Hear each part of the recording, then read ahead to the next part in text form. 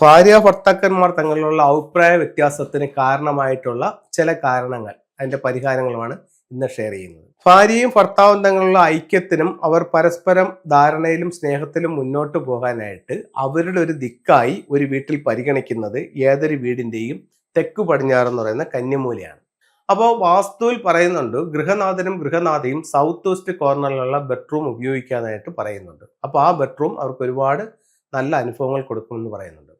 നിങ്ങളുടെ വീട് വെച്ചപ്പോൾ നിങ്ങളുടെ തെക്കു പടിഞ്ഞാറ് മൂല നഷ്ടപ്പെട്ടു പോയിട്ടുണ്ടെങ്കിൽ ഭാര്യയും ഭർത്താക്കന്മാർ തങ്ങൾ അഭിപ്രായ വ്യത്യാസത്തിനും അത് കാരണമാകും.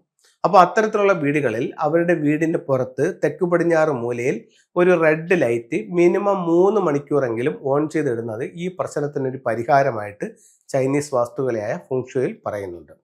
ഇനി നമുക്ക് മറ്റൊരു കാര്യം എന്ന് പറഞ്ഞു കഴിഞ്ഞാൽ, വീടിന്റെ ഓരോ ദിക്കിലും, വീട് വെച്ച അന്ന് മുതൽ ഓരോ ദിക്കിലും വരുന്ന ഒരു എനർജി ഉണ്ട്.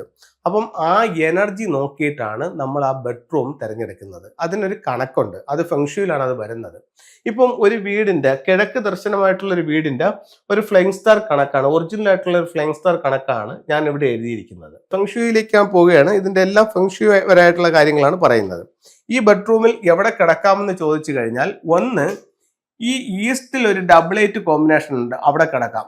സൗത്ത് ഈസ്റ്റിൽ ഒരു 97 കോമ്പിനേഷൻ ഉണ്ട്, അവിടെ കിടക്കാം. അപ്പൊ ഈ സ്ഥലങ്ങൾ നല്ല എനർജിയുള്ള സ്ഥലങ്ങളാണ്. തീരെ കിടന്നൂടാത്ത സ്ഥലം എന്ന് പറയുന്നത് ഈ 3-4 കോമ്പിനേഷനിൽ കിടന്നാൽ ഇവർ തങ്ങളിൽ അഭിപ്രായ വ്യത്യാസങ്ങളും വഴക്കും ഉണ്ടാവും. ഈ 5-2 കോമ്പിനേഷനിൽ കിടന്നാൽ ഭയങ്കര പൊട്ടിത്തെറികളും ചീറ്റലുകളും ടോട്ടൽ ലോസും ഇവർക്കുണ്ടാവും. ഈ 2-5 കോമ്പിനേഷനിൽ കിടന്നാൽ കടുത്ത ആരോഗ്യ പ്രശ്നങ്ങൾ ഉണ്ടാവും. ഈ 6-1 കോമ്പിനേഷനിൽ കിടന്നാൽ ടെൻഷൻ വിട്ട് പോകത്തില്ല. അപ്പം ഈ സ്ഥലങ്ങൾ നമുക്ക് ഒഴിവാക്കാം, മറ്റോ പറഞ്ഞ സ്ഥലങ്ങൾ നിങ്ങൾക്ക് ഉപയോഗിക്കാവുന്നതാണ്. അപ്പൊ ഈ രീതിയിൽ വീടിന്റെ എനർജി മനസ്സിലാക്കിക്കൊണ്ട് റൂമുകളെ തിരഞ്ഞെടുക്കാനായിട്ട് ഫെങ്ഷുയിലൂടെ സാധിക്കുന്നതാണ്. മറ്റൊരു പോയിന്റ് എന്ന് പറഞ്ഞു കഴിഞ്ഞാൽ, ഗൃഹനാഥന്റെ ഡേറ്റ് ഓഫ് ബർത്ത് അനുസരിച്ചിട്ട്, ഗൃഹനാഥയുടെ ഡേറ്റ് ഓഫ് ബർത്ത് അനുസരിച്ചിട്ടും രണ്ടുപേർക്കും കുവാ നമ്പറുകളുണ്ട്.